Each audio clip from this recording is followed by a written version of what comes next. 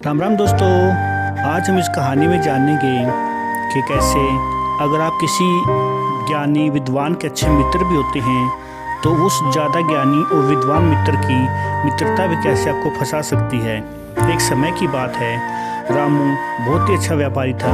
वो अपने व्यापार को आगे और भी बढ़ाना चाहता था, तो वह अपने किसी साझेदार को ढूंढने की खोज करता है कि कोई मेरे साथ मेरे जैसा भी आ जाए तो अपने व्यापार को और अच्छे से बढ़ा सकूं। तो इसी तरीके से ढूंढते हुए उस नज़दीक के एक गांव में एक उसको साझेदार मिल जाता है। उससे बातचीत होती है और सभी बातों को लेकर उनके बाद में मतभेद और मनभेद जो होने चाहिए थे सब हो जाते हैं और व्यापार स्टार्ट हो जाता है। लेकिन जो उसका दूसरा शख्स जो मित्र बना था, साझेदार बना था, वो एक ठग था।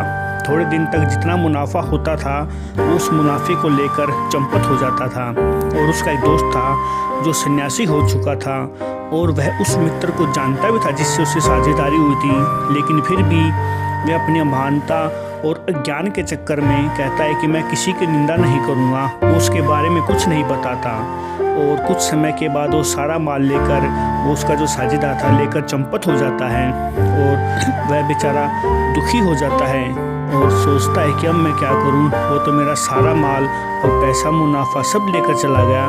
तब उसका ऋषि दोस्त मिलता है और कहता है कि मैं तुम्हारे उस मित्र को जानता था जो तुम्हारा साझेदार है। तब वह कहता है कि तो तुमने मुझे बताया क्यों नहीं? तो कहता है कि मैं साधु हूँ, मैं किसी की निंदा नहीं कर सकता और ना ही मैं किसी के लिए बुरे वचन निकाल सकता हूँ। तब वह उसका मित्र कहता है कि वाह दोस्त, तुम्हारी दोस्ती और तुम्हारा साधुपन ने तो मेरी खटिया खड़ी कर दी। अगर तुम पहले बता देते तो मैं ऐसा लुटने से बच जाता। और ये सब देखकर बड़ी जोर से रोने लगता है और पछताता है कि ऐसे दोस्त से तो दुश्मन अच्छा है। Thank you.